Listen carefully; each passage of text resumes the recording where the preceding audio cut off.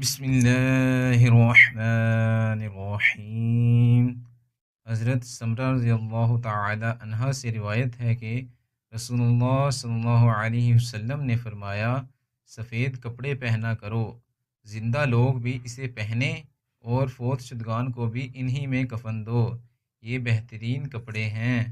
حضرت ابو ذر غفاری رضی اللہ تعالی عنہ سے روایت ہے کہ رسول اللہ صلی اللہ علیہ وسلم نے فرمایا، تین شخص ایسے ہیں کہ اللہ تعالیٰ قیامت کے دن ان سے کلام نہیں فرمائے گا، نہ ان کو گناہوں سے پاک کرے گا، اور ان کے لیے دردناک عذاب ہوگا۔ اپنے عطیے کا احسان جتلانے والا، تہبند ٹخنوں سے نیچے لٹکانے والا، اور اپنا سامان جھوٹی قسم کھا کر بیچنے والا۔